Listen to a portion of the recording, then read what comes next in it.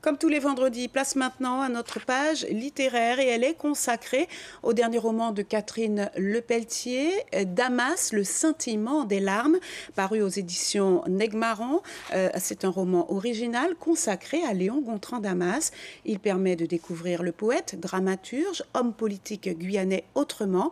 L'auteur le fait revivre à travers les souvenirs d'une femme qu'il a connue dans sa jeunesse. Bonjour Marie-Claude Thébien. Bonjour Catherine, bonjour à tous.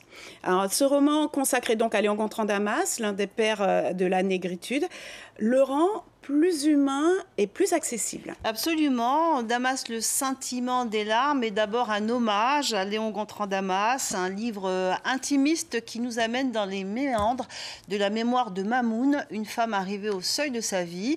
Des aidants se succèdent pour l'assister dans son quotidien. L'une d'entre elles arrive à l'apprivoiser. Mamoun se confie, raconte ses souvenirs, ses rencontres avec des personnages illustres, dont Léon Gontran Damas, qu'elle appelle familièrement Tonton Léon. Elle raconte les nuits où conteur il jouait tous les personnages du folklore guyanais. Elle raconte l'enfance du poète, sa rencontre déterminante avec Robert Desnos, puis Aimé Césaire et Léopold Sédar Senghor, sa construction intellectuelle, son retour au pays, son ascension politique, son opposition virulente et farouche à Gaston Monnerville. Mamoun raconte sur le ton de la conversation, de la confidence, et c'est cela qui est intéressant. Elle nous fait entrer dans son intimité, installe une proximité avec Damas. Il devient proche.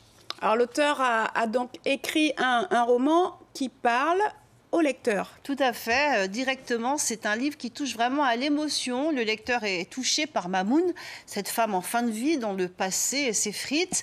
Il accompagne aussi la narratrice pas à pas dans sa quête de Damas. Le lecteur est aussi ému par la personnalité d'un homme conscient qui se bat contre des géants. Catherine Lepelletier, à petite touche, brosse le tableau d'un homme qui a toujours œuvré pour la Guyane sans faire de compromission, sans jouer de jeu. Les thèmes principaux de ses œuvres sont la solitude, l'exil, la honte de l'assimilation ou la critique de l'exotisme.